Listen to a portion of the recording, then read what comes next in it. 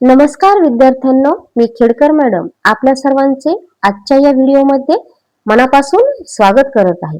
आज आपण इयत्ता 4थी स्कॉलरशिप मधील इंग्रजी या विषयातील व्होकॅब्युलरी या घटकावरील स्वाध्याय सोडवणार आहोत. चला तर आता आपण स्वाध्याय सोडवण्यासाठी सुरुवात करूया. तर पहा, इथे क्वेश्चन्स फॉर प्रॅक्टिस सरावासाठी आपल्याला इथे काही प्रश्न दिलेले आहेत. तर चला आता आपण सुरुवात करूया. पहा, choose the correct action word related to the given pictures. म्हणजेच दिलेल्या चित्राकरिता योग्य क्रियावाचक शब्द आपल्याला निवडायचा आहे. क्रियावाचक म्हणजे जे आपण क्रिया करतो त्याला क्रियावाचक शब्द असे म्हणतात. तर पहा, इथे प्रश्न जो पहिला आहे त्यामध्ये एक मुलगी दाखवलेली आहे. आता ती मुलगी काय करत आहे हे आपल्याला ह्या चित्राचं निरीक्षण करून सांगावं लागणार आहे. आधी आपण पर्याय वाचून घेऊया. Dancing, singing, playing, washing. तर पहा, चित्राचं जर तुम्ही व्यवस्थित निरीक्षण केलं तर ती मुलगी गाणे गात आहे. म्हणजेच पर्याय क्रमांक 2 हे याचं उत्तर आहे. त्याला मी इथे गोल करून घेत आहे. त्यानंतर पहा, दुसरं चित्र. त्या चित्रामध्ये एक मुलगी दाखवलेली आहे आणि तिच्या हातामध्ये पुस्तक आहे. या चित्रावरून आपण एक पर्याय इथे पहा सांगू शकतो. पुस्तक हातामध्ये आहे म्हणजे ती वाचन करत आहे. म्हणजेच वाचनासाठी इंग्रजी शब्द कोणता आहे किंवा वाचण्याची क्रिया, आपल्याला इथे क्रियावाचक शब्द विचारलेला आहे म्हणजेच रीडिंग. तर पहा, पर्याय आपण वाचूया. प्लेइंग, क्राईंग, स्माइलिंग आणि चौथा आहे रीडिंग. म्हणजे प्रश्न क्रमांक 2 चे उत्तर या ठिकाणी पर्याय क्रमांक 4 आहे. त्याला इथे आपण गोल करून घेत आहोत. त्यानंतर पहा, पुढील तिसरा प्रश्न या ठिकाणी सोडवण्यासाठी घेत आहे. पहा, तिसरा प्रश्न असा आहे. इथे देखील एक चित्र दाखवलेलं आहे. पहा विद्यार्थ्यांना, ज्यावेळेस तुम्हाला परीक्षेमध्ये चित्रांवर आधारित प्रश्न असतात त्यावेळी तुम्हाला निरीक्षण व्यवस्थित करावं लागणार आहे. निरीक्षण जर तुमचं चुकलं तर उत्तर सुद्धा चुकू शकतं. त्यामुळे चित्राचा प्रश्न जेव्हा येईल तेव्हा निरीक्षण हे अतिशय महत्वाचं आहे. इथे 4 पर्याय दिलेले आहेत, ते वाचून घेऊया. जम्पिंग, वॉकिंग, स्लीपिंग आणि वेविंग. तर पहा, चित्रामध्ये एक मुलगा दाखवलेला आहे आणि तो हात वरती केलेला आहे. त्याने वरती हात केला म्हणजे तो हात हलवत आहे. वेविंग म्हणजे हात हलवणे.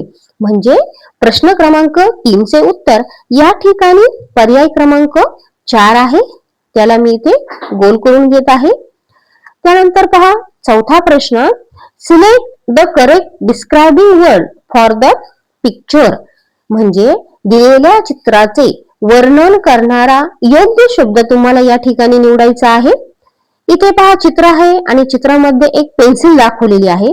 पेन्सिल साठी योग्य असा शब्द, तिचं वर्णन करणारा शब्द तुम्हाला या ठिकाणी निवडायचा आहे. पहा, बिग, बिग म्हणजे मोठं, लॉंग लांब, टॉल म्हणजे उंच आणि स्लो म्हणजे हळू. तर पहा, 4ही पर्यायाचं जर तुम्ही निरीक्षण केलं तर पर्याय क्रमांक 2 हे याचं उत्तर आहे. त्याला मी इथे गोल करून घेत आहे. त्यानंतर 5वा प्रश्न पहा.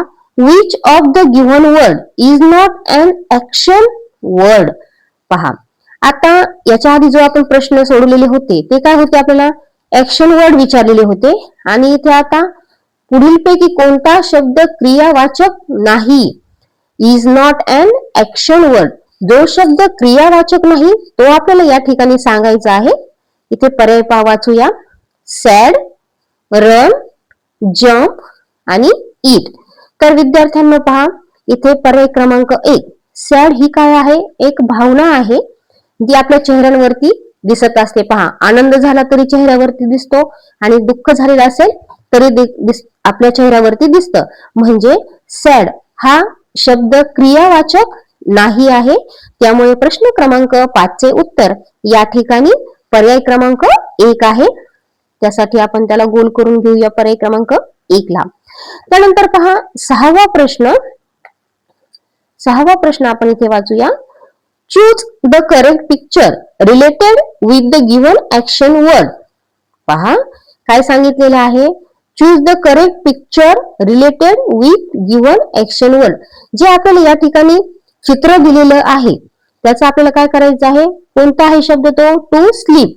टू स्लीप या क्रियावाचक शब्दाशी संबंधित योग्य चित्र आपल्याला निवडायचं आहे. पहा टू स्लीप म्हणजे काय, झोपलेलं आपल्याला, स्लीप म्हणजे काय, झोपणे. आता इथे चित्र दिलेले आहेत. मी मगाशी सांगितलेलं होतं की ज्यावेळेस चित्रांवरती प्रश्न येतो त्यावेळेस तुमचं निरीक्षण हे फार महत्वाचं ठरतं. इथे जर व्यवस्थित निरीक्षण केलं तर पर्याय क्रमांक 3 हे याचं या ठिकाणी उत्तर आहे. त्याला आपण गोल करून घेत आहे मी इथे. त्यानंतर पहा 7 किंवा मराठीमध्ये 7वा प्रश्न असे आपण म्हणूया याला. Select the correct verb from the given words to get a meaningful word. पहा अर्थपूर्ण शब्द बनवण्यासाठी दिलेल्या पर्यायातील आपल्याला योग्य क्रियापद या ठिकाणी ओळखायचं आहे. तर पहा चित्राचं जर निरीक्षण केलं तर या ठिकाणी आपल्याला आपण पर्यायातील वाचून घेऊया. तर पहा पहिला पर्याय आहे गो, रन, कम आणि चौथा आहे प्ले.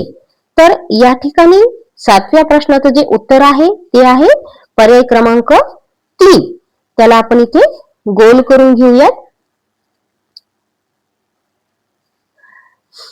त्यानंतर पहा इथे चित्र दिलेले आहे आणि पर्याय 2, 4 आणि 1 हे दिलेल्या चित्रासाठी योग्य अर्थपूर्ण शब्द नाही ठरत, पर्याय क्रमांक 3 चा ठरतो, म्हणून तो आपण या ठिकाणी गोल केलेला आहे.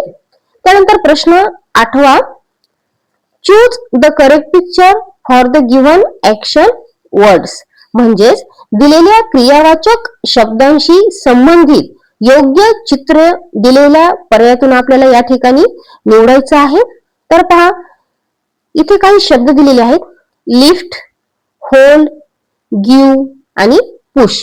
तर पहा हे कशाशी संबंधित आहेत, तर हे सगळे शब्द जे आहेत ते आपल्या हाताशी संबंधित आहेत, म्हणजेच हँड. याचं उत्तर काय आहे, पर्याय क्रमांक 4. त्याला मी इथे गोल करून घेत आहे. त्यानंतर पहा प्रश्न 9वा, select the correct action word for mouth. म्हणजेच मराठीमध्ये माउथशी संबंधित योग्य क्रियावाचक शब्द या ठिकाणी तुम्हाला काय करायचं आहे, निवडायचा आहे. तर मी पहा 3 शब्द दिलेले आहेत, आपल्याला एक शब्द निवडायचा आहे.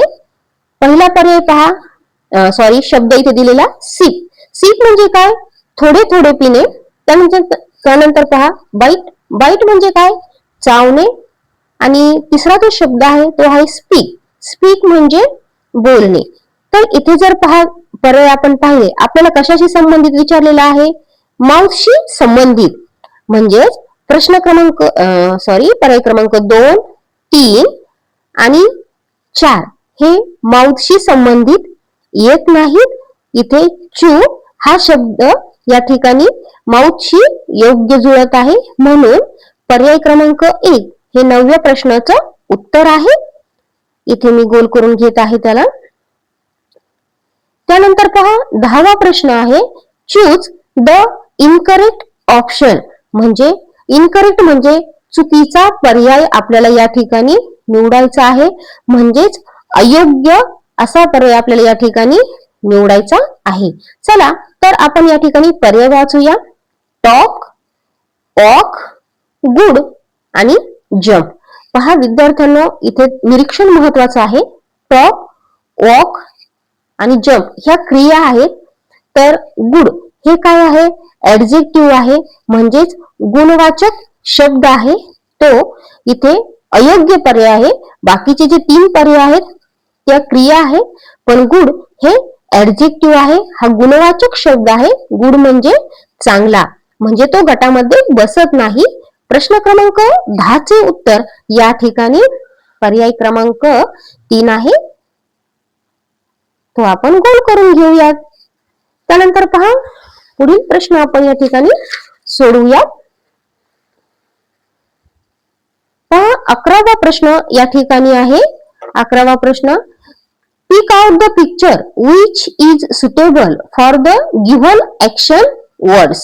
म्हणजेच दिलेल्या क्रियावाचक शब्दांसाठी योग्य ठरणारे एक चित्र आपल्याला या ठिकाणी काय करायचं आहे, निवडायचं आहे.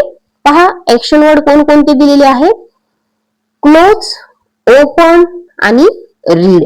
पहा इथे जर तुम्ही चारही पर्यायाचं निरीक्षण केलं तर इथे पर्याय क्रमांक 2 हे याचं उत्तर आहे. क्लोज म्हणजे पुस्तक आपण वाचून झाल्यानंतर बंद करतो. ओपन पुस्तक वाचण्यासाठी आपण उघडतो आणि पुस्तक म्हणजेच बुक हे आपण काय करतो, रीड म्हणजे वाचत असतो. म्हणजेच प्रश्न क्रमांक 11चे उत्तर या ठिकाणी पर्याय क्रमांक 2 आहे.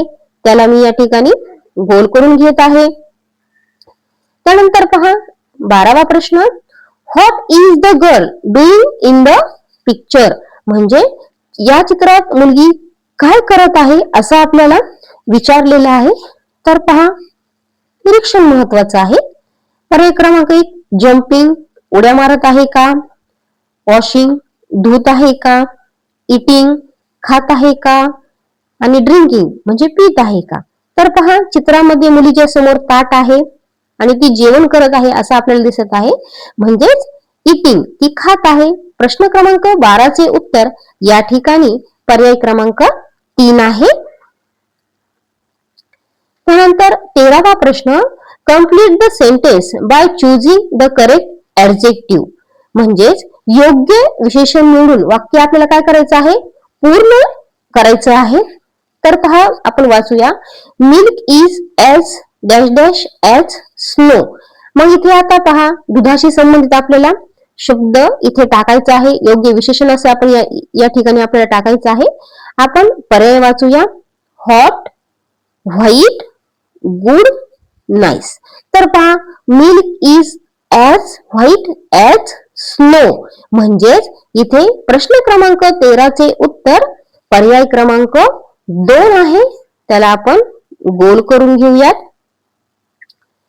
त्यानंतर पहा इथे इन्स्ट्रक्शन्स म्हणजे सूचना आहेत.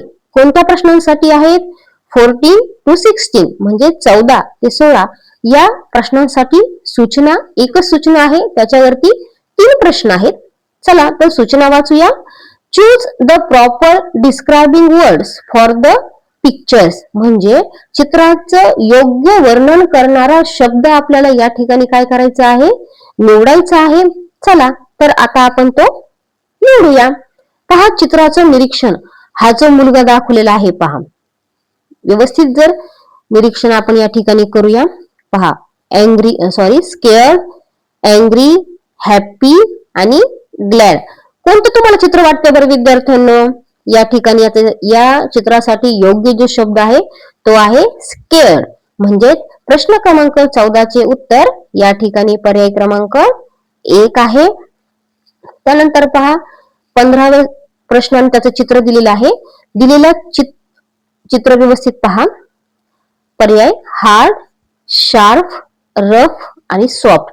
पहा दिलेलं जे चित्र आहे ते कशाचं आहे, चाकूचं आहे, बरोबर. म्हणजेच हार्ड आहे का, शार्प आहे का, रफ आहे का, सॉफ्ट आहे. तर पहा चाकू हा कसा असतो, शार्प असतो, म्हणजेच त्याला धार असते. तर पहा प्रश्न क्रमांक 15चे उत्तर या ठिकाणी पर्याय क्रमांक 2 आहे. त्यानंतर शेवटचं चित्र आणि शेवटचा प्रश्न या स्वाध्यायावरील. पहा एक माणूस आहे, तो झाडाखाली बसलेला आहे आणि त्याच्या हातामध्ये काय आहे, काठी आहे.